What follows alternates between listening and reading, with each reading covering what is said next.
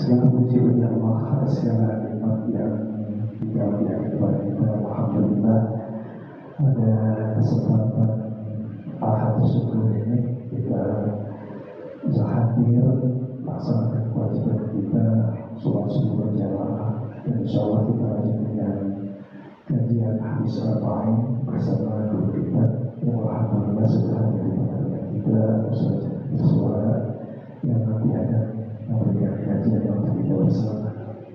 Salawat dan salam alhamdulillah kita sebutkan dari baginda Rasulullah Nabi besar kita Muhammad Sallallahu Alaihi Wasallam, pada keluarganya, sahabat dan juga kita umatnya yang saleh dan yang bersahabat dari Allah. Mari kita berdoa untuk kesempatan pagi hari ini, mari sama-sama kita hadir di sini mengikuti program ini, dan kita akan mendengarkan kajian bersama Ustaz kita. Ada dua sisi kita dengarkan kajian untuk pagi hari ini dengan tema persaudaraan. Kemudian nanti ada sesi yang kedua kita bisa interaktif untuk menjawab dari kajian yang kita dengarkan pada pagi hari ini. Baik, mari sama-sama kita mulai saja. Yang kita berhenti kita buka dengan baca basmalah. Bismillahirrahmanirrahim. Begitu kepada para ustaz suara ini, silakan Ustaz.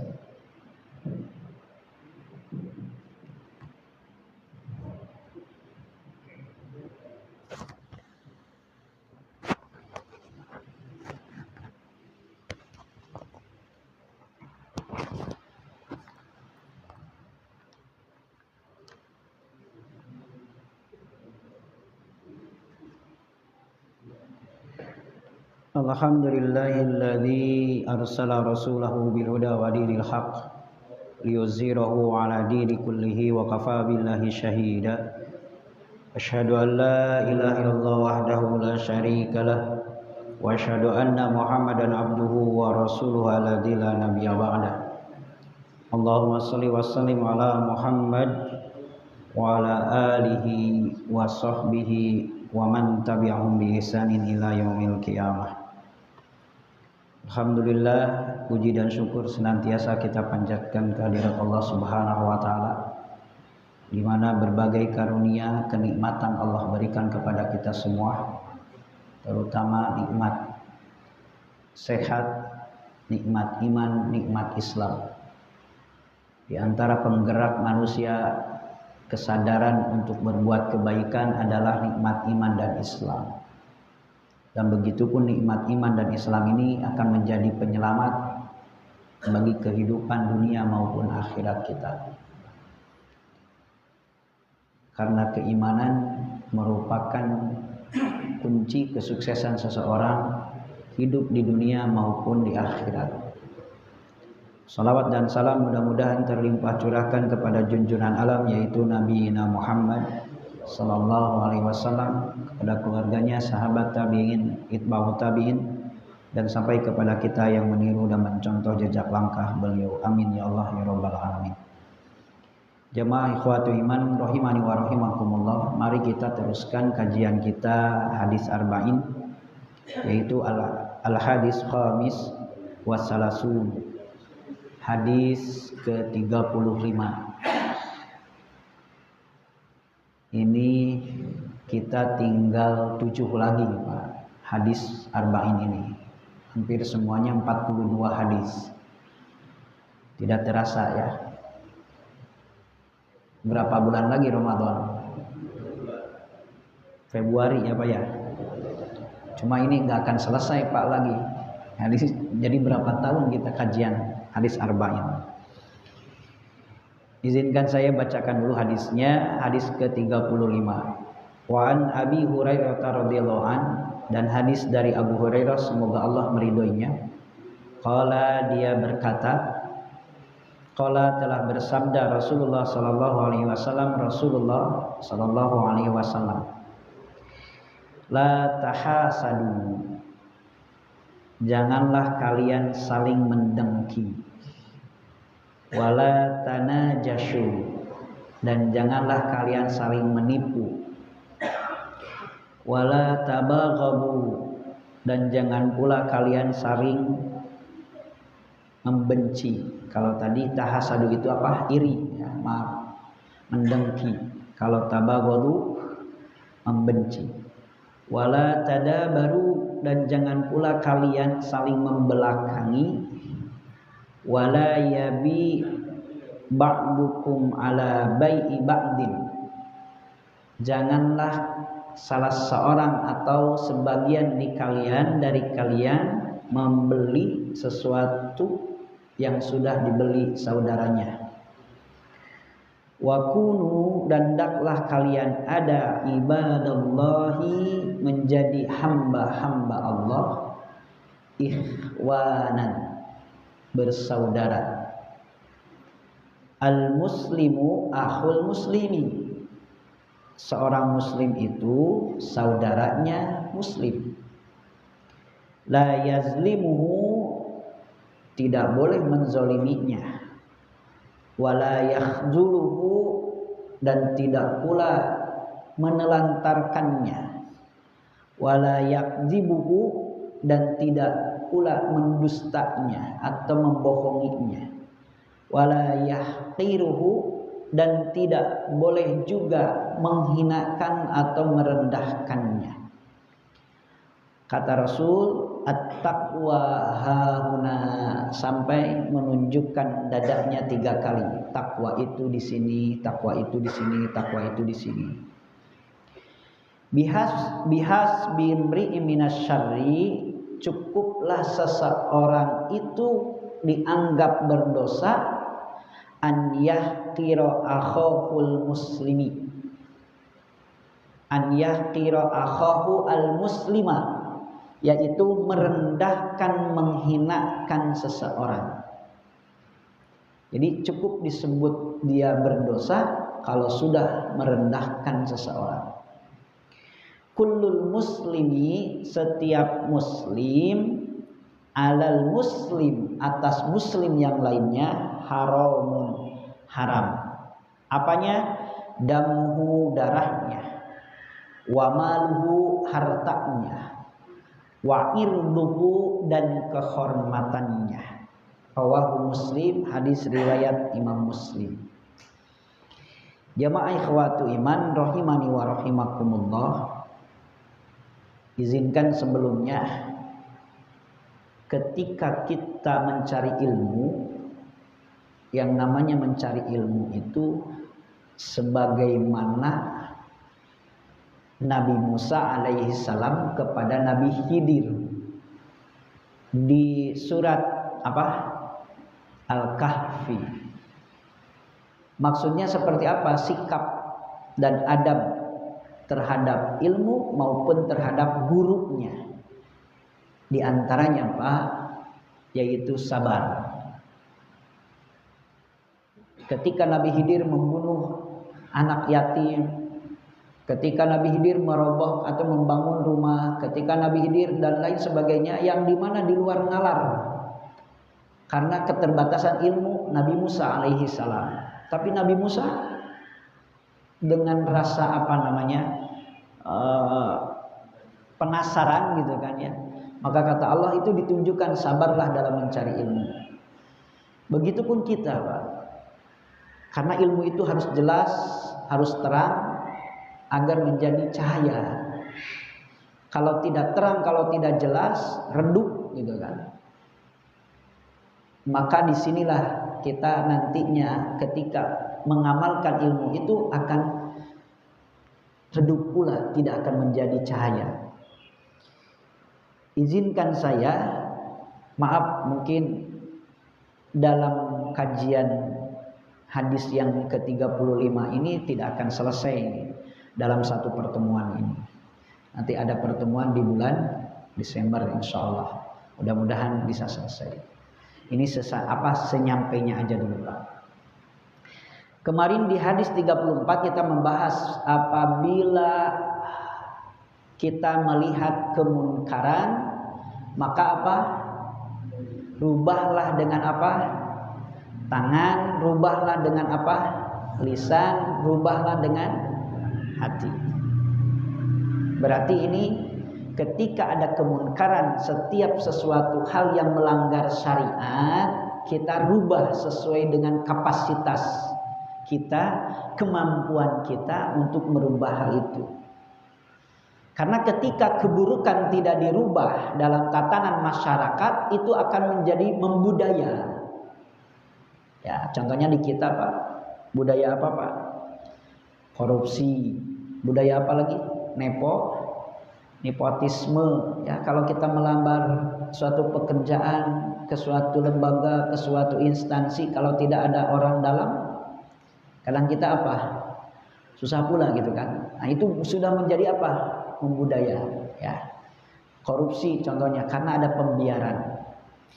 Nah, sekarang kita membahas tentang merajut atau menguatkan ukhuwah Islamiyah atau ukhuwah persaudaraan.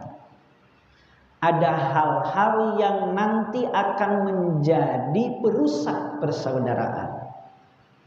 Ya, perusak persaudaraan. Ada satu kaidah usul yang dimana al-aslu fil insan al-bara'ah. Asal dari manusia itu adalah al-bara'ah. Bara'ah itu bebas. Ya, bebas atau bersih. Illa hatta ya'tiya dalilu bil idanah. Kecuali datang dalil yang menunjukkan untuk menyakitinya. Seperti gini Pak, ada kaidah al-aslu fil ibadah at-tauqif. Asal dalam ibadah itu haram, tidak boleh. Hatta ya'tiya dalilu, sehingga datang dalil menyuruhnya atau memerintahkannya untuk ibadah. Asalnya ibadah salat subuh itu haram, kecuali datang dalil yang menyuruhnya melaksanakannya, itu ibadah. Asal ibadah asal ibadah haji itu haram, kecuali datang dalil untuk beribadahnya. Begitupun dalam dalil al-aslu fil insan, asal dalam jiwa manusia itu bara'atun. Ya, bara'atun itu adalah terjaga, tidak boleh diganggu, tidak boleh disakiti. Ya, nantinya haramun itu. Hatta ya'tiya dalilu bil idanah, kecuali datang dalil ada yang menyuruh untuk menyakitinya. Masih ada yang ingat dalam hadis-hadis ke belakang? Seseorang itu tidak boleh dibunuh kecuali oleh 3 sebab. Apa sebabnya? Apa sebabnya? Kisos. Terus apa lagi? Zina. Zina apa itu? Hamson. Yang sudah nikah gitu kan. Kemudian peperangan itu boleh. Ya, tapi hukum asalnya tidak boleh, haram gitu. Darahnya itu, kecuali kalau ada sebab yang menjadikan dengan dalil itu dia halal darahnya gitu kan. Begitupun kalau kita menyakiti orang dari harta, menyakiti orang dari apa? Dari kehormatan, tidak boleh. Haram hukumnya, kecuali ada dalil untuk membolehkan menyakitinya. Nah, berarti hukum asal manusia itu tidak boleh diganggu. Maka ada hak asasi apa? Manusia. Cuma beda penafsiran antara versi barat dengan versi Islam gitu ya. Nah, berawal dari situ maka hadis ini pun menjadi acuan dengan kaidah bahwa manusia asalnya bersih, terjaga. Baik, yang pertama, jamaah ikhwatu iman rahimani wa rahimakumullah, adalah la tahasadu. Kata Rasulullah SAW, janganlah kalian hasud. Ya, apa arti hasud itu, Pak? Dengki. Apa yang dimaksud dengan dengki? Nanti akan disampaikan hasudnya apa, fikihnya. Terus bolehkah kita hasud? Apa dampak dari hasud? Bagaimana orang-orang yang hasud itu? Hasud itu dengki, iri. Dalam penafsiran para ulama disebutkan bahwa kata Imam Ibnu Hajar Al-Asqalani, pengarang Bulughul Maram dan Fathul Bari Syarah Bukhari, beliau mengatakan al-hasadu madmumun. Hasad itu tercela, wa huwa tamanna zawalin nikmah. Seseorang menginginkan hilangnya kenikmatan anil mahsudi, dari orang yang dihasudi. Itu hasud, hasad. Hasad itu adalah tamanuz zawali nikmah anil mahsudi, kata Imam Ibnu Hajar Al-Asqalani, bahwa seseorang menginginkan hilangnya kenikmatan dari orang yang dihasudi. Kemudian wa huwa yufsidul iman kama tufsidun nar al-hatab. Orang itu telah membakar keimanan sebagaimana api membakar apa? Membakar apa? Membakar kayu. Oh, berarti hasad ini adalah bukan hanya keinginan manusia menghilangkan kenikmatan yang ada di orang lain, tapi ternyata hasad ini berdampak hilangnya keimanan dalam hati manusia. Kalau sudah tidak ada iman, gimana Pak? Kalau sudah tidak ada iman, gimana? Lihat kejadian nanti di akhirat. Ada orang yang, bahasa saya ya, miliaran tahun dia disiksa. Kemudian kata Allah, malaikat coba lihat, cek apakah di hati orang ini adakah seberat biji sawi keimanan? Apa kata malaikat? Ada ya Allah. Kata Allah, sudah miliaran tahun di neraka disiksa, angkat orang ini, pindahkan ke surga. Betapa fungsi iman itu sangat luar biasa, mampu menyelamatkan manusia yang ada di dalam neraka miliaran tahun disiksa. Tapi dengan keimanan seberat biji sawi, ternyata orang ini bisa jadi sebab keluar dari neraka menjadi penghuni surga. Akibat dari apa? Keimanan. Bayangkan setiap hari kita berbuat hasad terhadap orang lain. Bahkan dalam hadis dikatakan bahwa innal hasada, sesungguhnya hasad itu adalah apa? Menghilangkan di antaranya kebaikan, tutfiul hasanat. Bahkan di sini kata Imam Ibnu Hajar Al-Asqalani bahwa merujuk kepada sebuah hadis. Ini kenapa ya? merujuk kepada sebuah hadis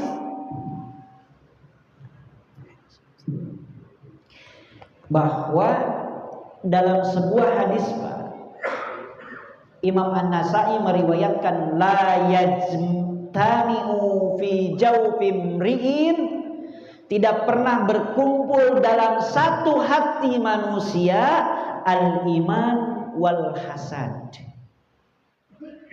keimanan dan hasad. Maksudnya apa? Ketika seseorang ada dalam hatinya keimanan, maka sifat hasud itu tidak ada. Begitupun ketika muncul sifat hasad dalam hati manusia, keimanan tidak ada.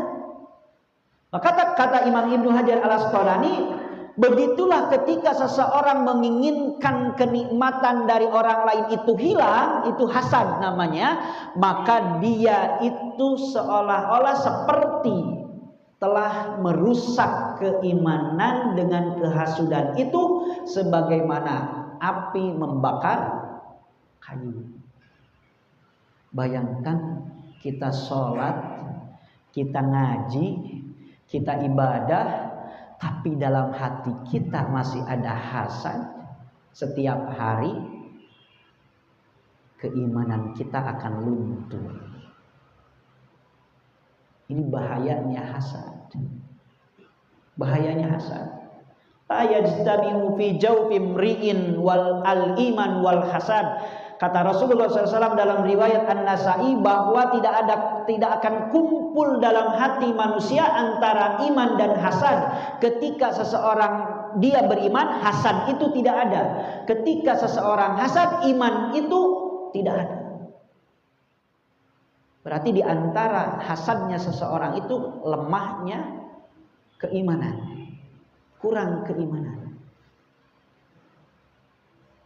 yang berdampak nanti kepada kebaikan akan dihapuskan. Kata Imam Ghazali, ini lebih dahsyat lagi.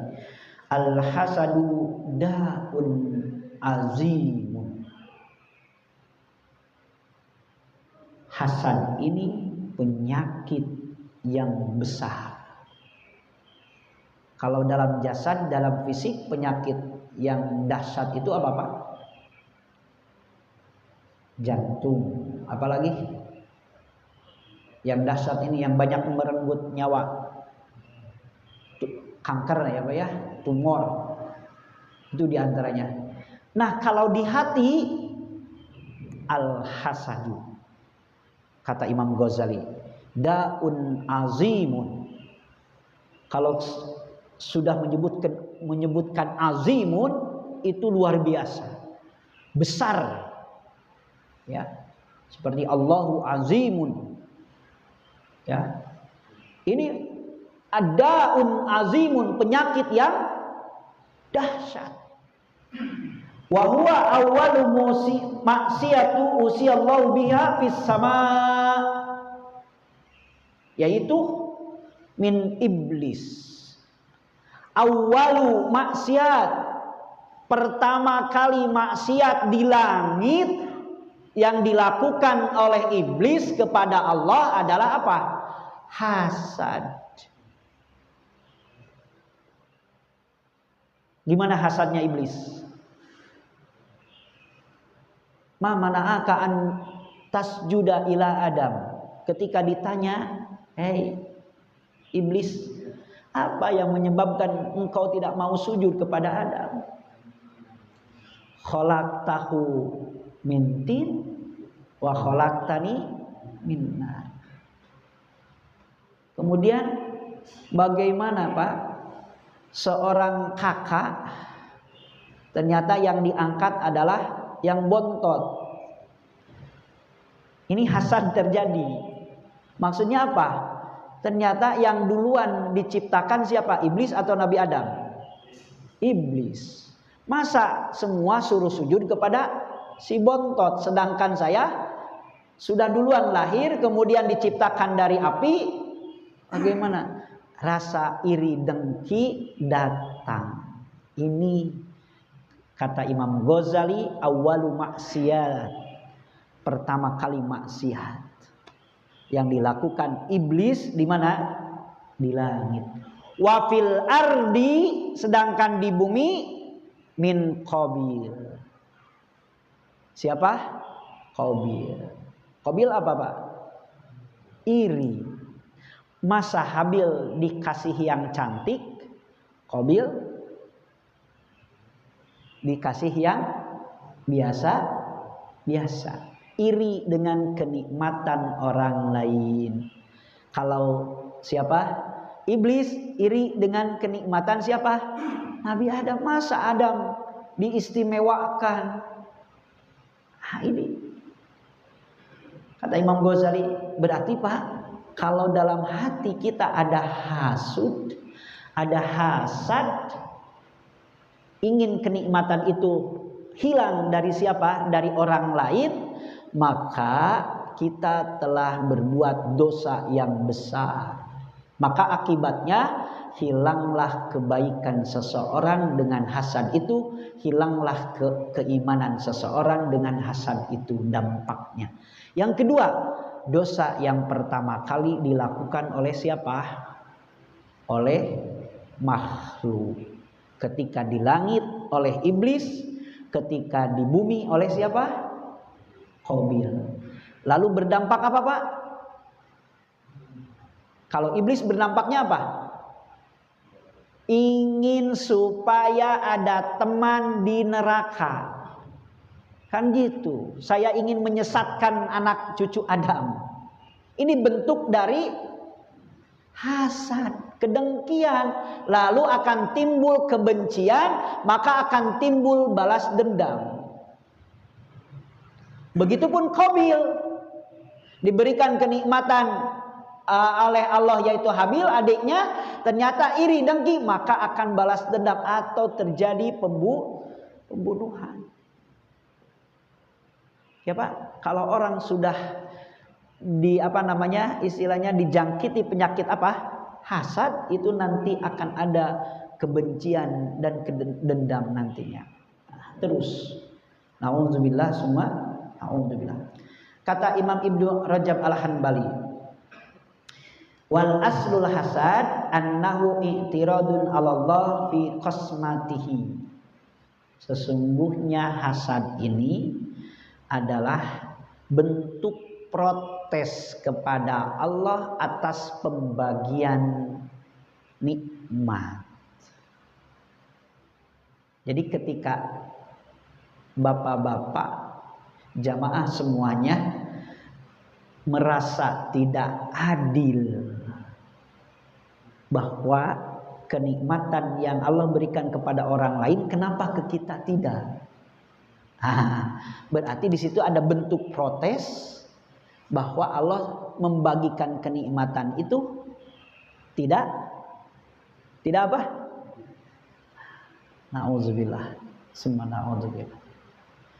Wa adama ridon bi takdirihi, dan tidak ada ridho dalam hatinya atas takdir yang dia terima. Ini kata Imam Ibnu Rajab Al-Hanbali bentuk daripada apa? Hasad. La haula ya Pak. Ini apa namanya? Yang dimaksud dengan hasad. Baik, saya rangkumkan. Jadi hasad itu apa dalam hakikatnya? Hasad zawalun nikmat anil ghair. Nikmat itu supaya hilang dari yang lain. Wa aidon minal hasad an ya'taqida anna hadzal ladzi an'ama Allah alaihi laisa bi ahli li hadhihi nikmah. Yang kedua, beranggapan bahwa nikmat ini tidak cocok untuk dia. Cocoknya untuk siapa? Untuk saya. Nah, ada perasaan gitu gak Pak kepada orang lain? Ada gak? Awas hati-hati. Ini hasad. Ya, kemudian wala yastahiqu bi fadlillah wa lihada fahaqiqatul hasad intiradu ala qadaillah wa ala qadarihi wa nikmatihi. Hakikatnya adalah kenikmatan Allah yang diberikan kepada orang lain, yaitu adalah kita tidak istilahnya berontak atas ketetapan Allah, atas takdir Allah, atas nikmat Allah. Intinya itu. Menginginkan kenikmatan itu hilang daripada orang lain, kemudian ada rasa bahwa orang lain itu tidak cocok gitu kan. Tidak pas mendapatkan nikmat itu. Wah, ini mah dia jadi direktur kayaknya kurang pas ini. Saya yang pas. Nah, itu perasaan apa? Hasad. Itu perasaan hasad. Jadi hasad itu adalah yang dimana dia menolak ketetapan Allah dengan takdirnya dan nikmatnya terhadap orang lain. Ini adalah apa? Hasad. Punya nggak Pak kita perasaan seperti itu? Karena tadi ternyata kita itu tidak akan pernah lepas dari sifat hasad. Ya. Kita kan bukan Nabi Adam. Kita itu Ibnu Adam, anak cucu Adam. Berarti sifat Qabil ada. Berpotensi ada dalam hati kita. Atau mau sifat Habil yang selalu tawadu bersyukur. Nah itu contoh sudah disuratkan oleh Allah. Kita mau jadi anak cucu Adam yang mana? Yang Qabil atau yang Habil? Nah, ternyata potensinya itu dua-duanya ada.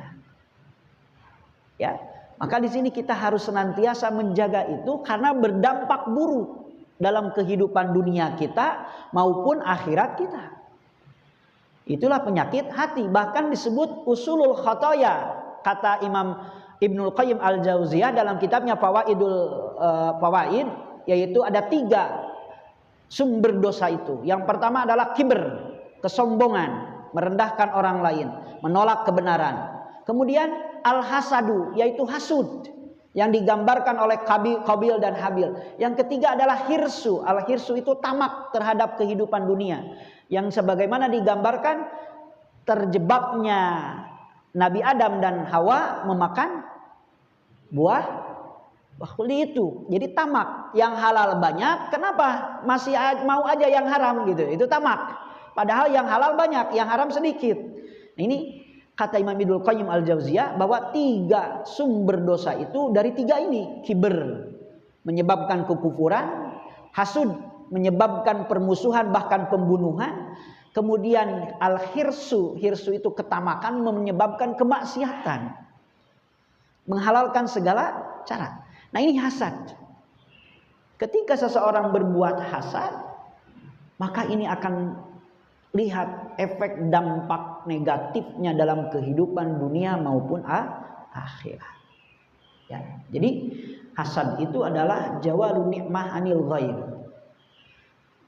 menginginkan hilangnya kenikmatan dari yang lain. Yang kedua adalah apa? Menganggap bahwa kenikmatan itu tidak cocok bersinggah di orang itu. Harusnya di siapa? Harusnya di saya gitu. Gitu ya. Nah, ini adalah yang kedua. Intinya tidak suka dengan ketetapan Allah, tidak ridho dengan takdir Allah, dengan nikmat yang Allah berikan atau bagikan, bahkan padahal sudah ada porsinya masing-masing. Ya, itu yang disebut dengan apa Pak? Disebut dengan hasad. Baik, bagaimana sifat manusia hasad itu? Yang pertama, ada orang yang berusaha menghilangkan kenikmatan dari orang yang dihasudnya. Bagaimana caranya agar jabatan itu tidak lama? Ternyata berbuat apa Pak? Makar. Berbuat apa? Zolim. Menghasut orang lain agar jabatan ini tidak lama dia pegang. Ini orang yang dinamakan berusaha menghilangkan kenikmatan dari orang lain. Ini adalah perbuatan yang haram. Ya, sangat betul disebut hasadnya tercela. Maka kalimatnya wala tahasadu. Kalimatnya larangan yang berarti an-nahyu atau haramun, yaitu haram. Yang kedua, ada orang hasad kepada orang lain namun tidak menjalankan perbuatan ini. Intinya adalah apa? Tidak sampai berusaha menghilangkan apa? Nikmat itu. Cuma dipendam di apa? Di hati aja. Ya tadi, orang yang beranggapan bahwa nikmat itu tidak cocok di dia, tapi cuma dipendam aja, tidak sampai berusaha menghilangkan, bahkan tidak sampai berusaha memindahkan ke kita, tidak. Ya, kenikmatan itu supaya tadi berbuat makar agar jabatan itu lengser, kemudian agar pindah ke siapa? Ke kita. Contohnya, ya, DKM masjid, wah dia mah gak cocok jadi DKM. Siapa DKM-nya? Pak Ustadz Abbas ya, Pak Hasto. Wah, membuat makar pada timnya gitu. Nah kayak gitu ya. Nah itu yang disebut dengan hasad. Ternyata Pak, maaf sekali, itu dalam dunia kerja banyak yang gitu. Seprofesi, ya, seistilahnya seksi, sebagian atau bagian ini, bagian itu, ternyata dia saling iri, saling dengki, sehingga terjadilah tadi kebencian dan dendam, bagaimana berbuat makar, kan gitu. Ini dalam dunia kerja persaingan dan yang sangat luar biasa, Pak. Ya.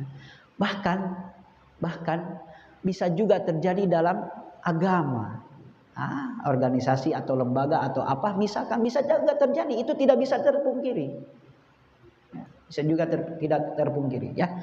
Kemudian tadi dia menginginkan saja tapi tidak sampai ada usaha untuk menghilangkan. Nah, itu pun tercela sama. Ada orang yang hasud tapi tidak menginginkan nikmat orang lain itu hilang, bahkan ia berusaha memperoleh kemuliaan semisalnya. Maksudnya gini, dia itu hasud, si itu dikasih mobil, terus kita menginginkan mobil itu, maksudnya mobil seperti itu, boleh tidak? Tapi dia ada iri kepada orang tersebut. Fortuner, saya belum. Dia mau punya Fortuner gini-gini, ada rasa hasud dalam hati. Tapi maaf, kita menginginkan tapi tidak mau Fortunernya hilang dari orang tersebut. Nah, ini mah hasudnya hasud cuma dipendam di mana? Di hati saja, menginginkan saja. Maka dalam hadis, seseorang yang menginginkan, berniat buruk tapi tidak sampai diaplikasikan, maka tidak jadi dosa. Tapi kita menginginkan yang seperti itu. Saya juga pengen apa? Pengen apa? Pengen Fortuner. Boleh gak? Pak, Korun apa yang terkenalnya? Korun yang terkenalnya apa? Banyak apa? Hartanya. Boleh gak kita menginginkan saya pengen banyak harta kayak Korun? Boleh gak? Ini ternyata dalam surat Al-Qasas ayat ke berapa? Ayat ke 79. Ya laytalana mislama utia Korun. Moga-moga kiranya saya juga kayak Korun gitu. Tapi yang mananya? Hartanya. Ma'utia, apa yang diberikan kepada Korun gitu. Yaitu hartanya. Tapi tidak boleh apanya? Pelitnya gitu ya. Pelitnya tidak boleh itu. Nah, ternyata itu mati wajar. Itu dalam masalah dunia gitu kan ya. Masalah dunia. Saya ingin kayak itu, punya mobil, punya rumah yang mewah. Boleh, silakan. Asal jangan sampai menginginkan kenikmatan itu hilang dari siapa? Dari orang itu, ya. Tidak boleh. Gitu. Tapi kalau kita hasud kepada Korun boleh enggak? Maksudnya hasud kepada orang yang kayak Korun. dia mah hartanya banyak dan lain, semoga hilang. Tapi pelit dia itu, semoga hilang darinya. Boleh gak itu? Boleh gak? Tidak boleh tetap. Yang hilangnya bukan hartanya, apanya? Sifatnya. Apa? Sifat buruknya. Jangan hilangkan apa kenikmatannya, tapi sifat apanya? Buruknya. Gitu. Sekalipun kepada orang yang pelit gitu kan, kecuali mendesak. Nah, ini yang kedua. Pak, yang kedua, kita menginginkan hal yang seperti orang itu, tapi tadi kita tidak mau orang itu kehilangan juga. Ternyata dalam masalah dunia ada juga dalam masalah akhirat. Kalau dunia kayak tadi, kalau sebatas tadi saya ingin seperti orang itu, silakan. Tidak apa-apa. Ghibtoh namanya. Ya, dalam bahasa Arab adalah ghibtoh. Yang kedua, ternyata Rasul pun sudah memberikan rambu-rambu.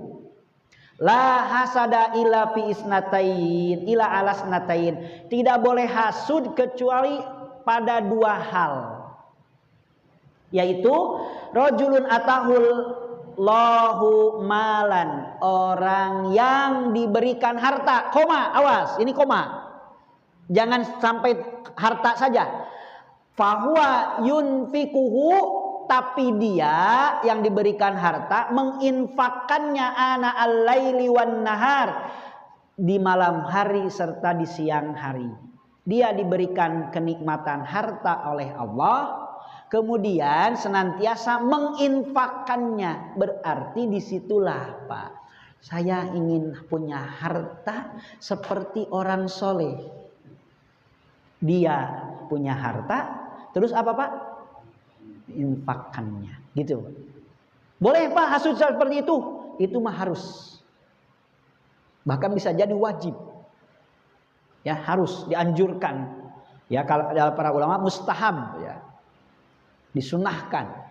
Yang kedua, wa rajulun atahullahul Qur'an, dan Allah dan seorang laki-laki yang diberikan oleh Allah Quran, pemahaman terhadap Quran, ilmu, fahuwa yaqumu bihi ana al-lail wan nahar wa anna an-nahar. Dia itu di siang dan malam selalu tilawah Al-Quran. Kalau hadis lain, diberikan ilmu, dengan ilmu itu dia memberikan atau mengajarkannya. Itu adalah apa Pak? Hasud yang dianjurkan. Pada orang yang diberikan harta tapi senantiasa menginfakkannya. Pada orang yang diberikan bacaan Al-Quran tapi dia selalu membacanya. Atau pada orang yang diberikan ilmu tapi dia selalu mengajarkannya. Itu hasud yang dibolehkan. Jadi jamaah ikhwatul iman rahimani wa rahimakumullah, itulah yang disebut dengan hasud, tingkatan hasud. Ada orang yang menginginkan nikmat itu hilang dari orang tersebut, bahkan berusaha untuk menghilangkannya. Itu adalah yang diharamkan. Ada orang yang menginginkan hilangnya kenikmatan dari orang tersebut, tapi tidak berusaha menghilangkannya, sama juga. Ini tidak boleh. Ada orang yang menginginkan kenikmatan seperti orang itu, tapi tidak menginginkan kenikmatan itu hilang, tapi kita ingin seperti orang tersebut, boleh. Dalam masalah dunia, apalagi dalam masalah akhirat, saya ingin seperti orang itu banyak harta, selalu menginfakkannya. Ada bacaan Al-Quran, selalu membacanya. Ada istilahnya dia punya ilmu terus mengajarkannya. Itu dianjurkan, sangat dianjurkan. Bagaimana Pak menghilangkan hasud itu? Yang pertama adalah tawakal. Maksudnya tawakal apa? I'timadun nafsi ilallah, menggantungkan jiwa raga ini kepada siapa? Allah. Jadi Pak, kalau orang yang selalu tawakal pada Allah, tidak akan pernah iri dengan kenikmatan orang lain. Tidak akan pernah iri dengan kenikmatan orang lain. Karena maaf sekali, Maaf sekali, bapak-bapak punya pekerjaan. Orang yang tawakal itu, orang yang tawakal itu tidak menyandarkan kenikmatan pada apa? Pada apa? Pada pekerjaannya sendiri. Karena pekerjaan itu dianggap adalah hanya sebagai wasilah saja, bukan hakikat. Hakikatnya adalah Allah.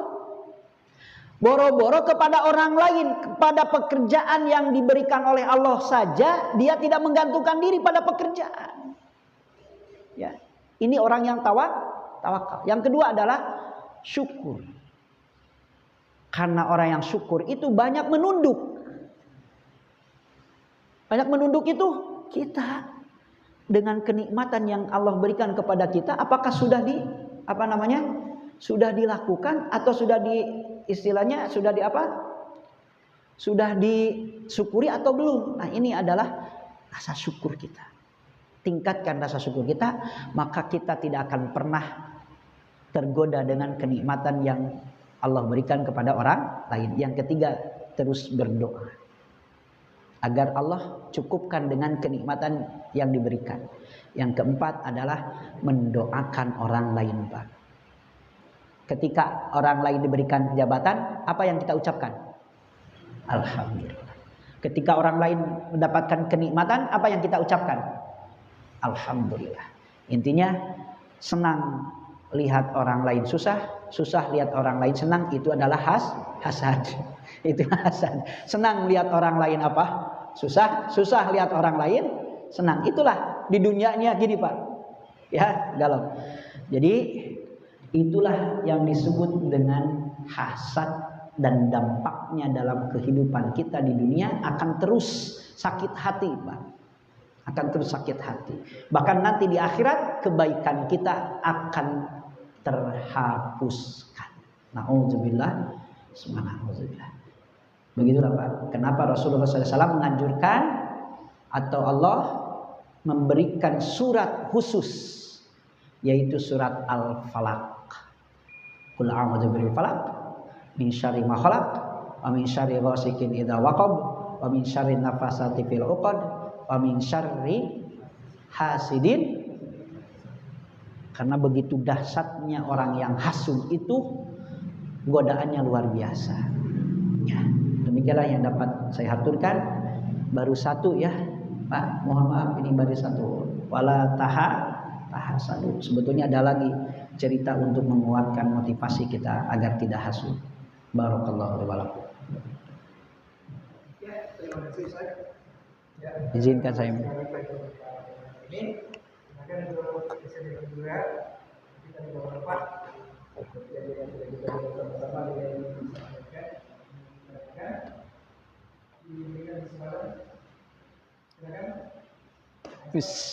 selalu ini hadiahnya umroh ini, selalu. Selalu.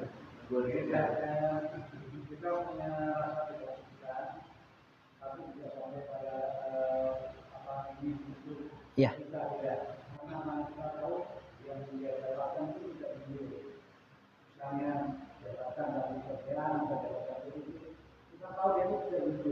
Tidak apa? Oh ya.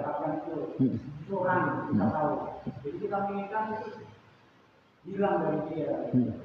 Tapi bukan kita, pokoknya dari dia. Oke. Ingat hadis sebelumnya apa?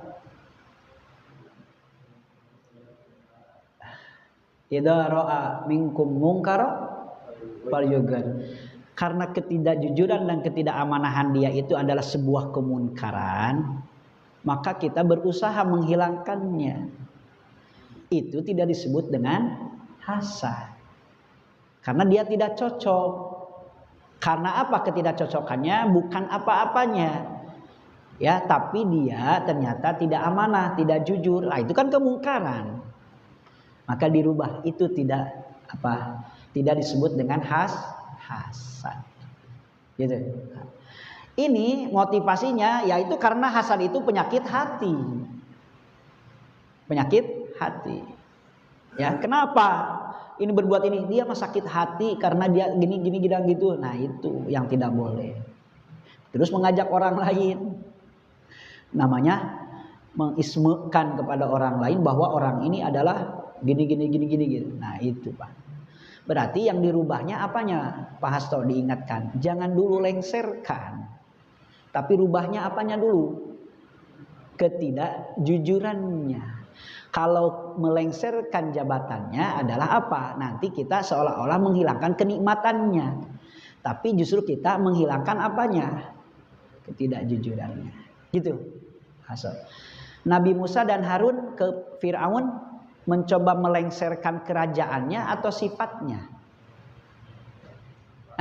Sifat sombongnya. Bukan kerajaannya. Dia demo itu bukan sebab dia kerajaannya. Siapa? Nabi Musa dan Nabi Harun itu mengingatkan bukan kepada kerajaannya, tapi dengan sifat apanya? Kesombongannya. Kayak gitu. Itu tidak apa-apa. Ya, sah-sah saja. Insyaallah. Ada lagi? Ya, silakan.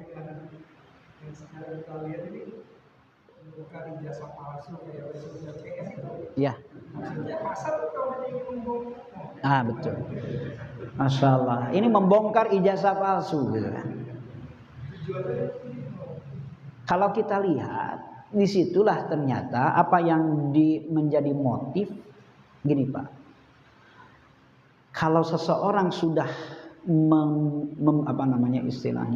menjadikan sesuatu hal kebohongan itu untuk mendapatkan kekuasaan, nah itu bukan iri lagi itu menjadi apa istilahnya tadi, kemunkaran. Jadi kemungkaran ya, jadi agak beda-beda tipis gitu ya, beda-beda tipis. Biasanya kenapa? Maksudnya gini, kenapa? Kan kita sebutkan siapa itu? RS ya. Apakah dia ingin jabatan jadi presiden? Bukan. Tidak ada kapasitas dia gitu kan. Tapi dia membongkar di mana yang terindikasi adanya kemunkaran. Ini belum belum disidangkan kan ini ya. Masih ada istilahnya ada 50-50, ada baik dan buruknya, 50-50 ini. Maka merujuk ke hadis sebelumnya 34-33. Apa yang 33? Masih ingat? Perdamaian. Jika orang yang menuduh itu datangkan apa? Bukti, saksi. Jika orang yang tertuduh itu bersumpah. Wah, masih lupa ya, sebulan ini ya, 2 bulan itu. Masih lupa ya atau sudah lupa. Nah, jadi itu boleh disidangkan kalau terindikasi adanya kecurangan, adanya kebohongan, maka yang menuduh itu datangkan bukti dan saksi. Kemudian yang tertuduh adakan apa? Sumpah. Gitu. Itu dalam persidangan, itulah terjadi islah, perdamaian untuk mendamaikan itu. Nah, maka di situ itu bukan bagian daripada hasad. Ya, karena tadi masa presiden pimpinan kita misalkan negara kita pakai ijazah apa? Palsu. Boleh jadi nantinya bahayanya tahun-tahun kemudian, tahun depan kemudian bisa jadi juga. Gitu. Maka berarti di sini kapasitas kredibilitas seseorang itu ternyata tidak jadi masalah. Asalkan punya ijazah aja gitu kan, dan lain sebagainya, walaupun palsu bisa jadi kayak gitu. Nah itu dari segi undang-undang kesepakatan sudah ada kesepakatan boleh diajukan kalau ada kecurangan dan lain sebagainya. Itu tidak menjadi hasad, insya Allah. Asal terbukti nantinya gitu. Silakan Pak. Waalaikumsalam.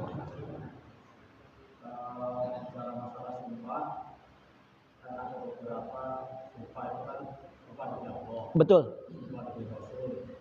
Dan ini ada di masyarakat itu sumpahnya itu sumpah pocong. Kebenaran. Ada orang difitnah, tapi ada beberapa yang mengajukan kamu berani tidak sumpah pocong. Nah itu menurut Islam itu ini sebenarnya boleh atau tidak menggunakan kata-kata sumpah pocong. Walaupun mungkin kejadiannya benar atau mungkin dia melakukan kebenaran dengan ketidakbenaran maksudnya. akhirnya si pelaku ini karena disebab pocong, karena dia melakukan akhirnya bertangkap negatif buat dirinya. Betul. Baik, ditangkap. Man akhlafa bi ghairillah faqad asyraka. Siapa orang yang bersumpah bukan karena Allah, bukan atas nama Allah, maka dia musyrik. Kita tidak boleh juga, Pak, bersumpah demi Rasulullah. Cukup demi Allah. Demi Rasulullah jangan disebutkan. Kemudian ada lagi, suka diteruskan, demi ayah ibu saya. Demi ibu saya, tidak boleh. Cukup demi apa? Demi Allah. Dan tidak boleh juga dengan makhluk. Ya, di antaranya makhluk itu adalah Rasulullah. Apalagi dengan sumpah pocong. Yang ada dalam Islam itu apa itu namanya ya? Apa, Pak? Bukan sumpah, itu untuk membuktikan apa? Mubahalah. Nah, itu mubahalah boleh. Ya, mubahalah itu boleh. Tapi kan dengan sumpahnya sumpah demi Allah. Demi Allah, saya bersumpah. Andai kata saya salah, saya diberi penyakit. Boleh itu. Ya, diberi penyakit gitu ya. Nah, itu boleh. Berarti kalau Anda salah, saya benar, Anda yang, nah itu mubahalah namanya. Dan sekali-kali mubahalah itu tidak boleh sembarangan atau seenaknya, gitu. Seenaknya, tidak boleh. Ini dalam Islam. Kan kita pun bersumpah itu harus hati-hati, jangan sembarangan. Kecuali itu adalah memang diperlukan dan terpepet itu. Gitu ya, itu namanya sebetulnya jaminan. Jaminan.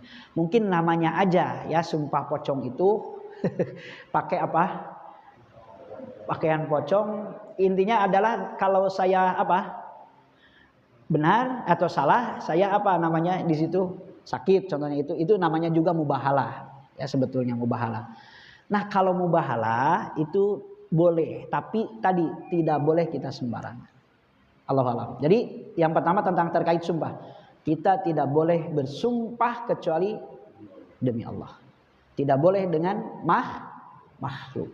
Yang ada juga mubahalah. Tapi kita sudah bersumpah demi Allah, saya insya Allah datang ke sana. Tapi ternyata pada kenyataannya tidak datang. Berarti dia melanggar sumpah. Maka nanti ada hukum-hukumannya dalam surat Al-Maidah itu. Ya, ada hukum-hukumannya. Membebaskan fakir miskin, kemudian berpuasa. Nah, itu orang yang melanggar sumpah. Gitu, Pak. Allahu a'lam bishawab.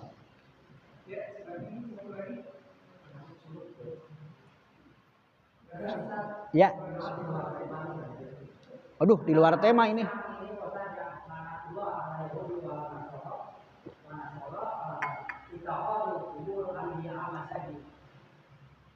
Hadis itu mengatakan bahwa Nabi melaknat Nasrani dan Yahudi yang menjadikan kuburan para nabi-nabi mereka sebagai tempat ibadah. Lalu saya melihat kadang-kadang di kampung saya itu orang berbicara ke kuburan, lalu dia mau menyampaikan hajat-hajat dari situ dengan dalih tetap berdoa kepada Allah. Apakah itu melanggar hadis tersebut? Betul. Itu namanya wasilah. Wasilah itu ada yang masyru', ada yang ghair masyru'. Ada yang disyariatkan dan ada pula yang tidak disyariatkan. Saya berpijakan hadis dari Ibnu Abbas kalau tidak salah. Pada saat itu sedang paceklik kemarau yang panjang, kemudian sholat istisqa. Padahal di situ ada kuburan Nabi Muhammad Sallallahu Alaihi Wasallam. Tapi kata Umar, ini zaman Umar, ya Abbas atau Ibnu Abbas ya, engkau adalah orang yang soleh di antara sahabat yang lain, maka berdoalah dengan engkau kepada Allah. Kenapa tidak ke kuburan Nabi Muhammad? Nah, itu adalah wasilah. Oh berarti wasilah kepada orang yang hidup, maaf sekali, Abbas dengan Nabi soleh siapa? Tapi posisinya Nabi sudah apa? Sedangkan yang masih hidup, berwasilah kepada orang yang soleh, yang masih hidup, yang disyariatkan. Tapi kepada orang yang sudah meninggal, ghairul masyru', tidak disyariatkan. Itu kejadian fenomena seperti itu. Dan bisa jadi tasabbuh. Maaf, tasabbuh itu tadi apa? Yaitu kuburan-kuburan orang yang soleh dijadikan tempat ibadah. Sedangkan ke masjid kosong. Nah itu betul. Itu namanya tasabbuh dalam ibadah. Jadi tidak boleh, haram hukumnya. Gitu. Jadi boleh ke siapa yang disyariatkan? Kepada orang soleh. Yang kedua, kepada siapa? Kepada apa? Amal soleh. Contohnya, Mas punya amal soleh apa yang diandalkan? Saya tidak pernah melepaskan sedekah setiap hari. Ketika Mas punya masalah yang sangat rumit dalam kehidupan, berdoa kepada Allah, ya Allah, saya punya amalan yang saya tidak pernah, bahkan ini diunggulkan walaupun sedikit, diunggulkan oleh saya. Semoga dengan amalan ini Engkau mengeluarkan saya dari kesulitan. Itu boleh. Dengan orang soleh yang masih hidup. Dengan siapa? Dengan amal soleh yang kita kerjakan. Seperti orang yang di gua, yang tertutup, tidak ada yang nolong, maka dia dengan amal kebajikan kepada orang tua, kebaikan kepada orang lain, itu hajatnya dimintakan kepada Allah dengan wasilah amal soleh. Nah itu dianjurkan, sangat dianjurkan. Silakan Mas. Jadi yang disyariatkan itu kepada doa orang soleh yang masih hidup, terutama ulama dan orang tua. Yang kedua apa? Dengan amal soleh. Tapi kalau kita datang ke kuburan itu cuma ziarah, itu tidak apa-apa. Ya tidak apa. Allahu a'lam bishawab. Masih penasaran.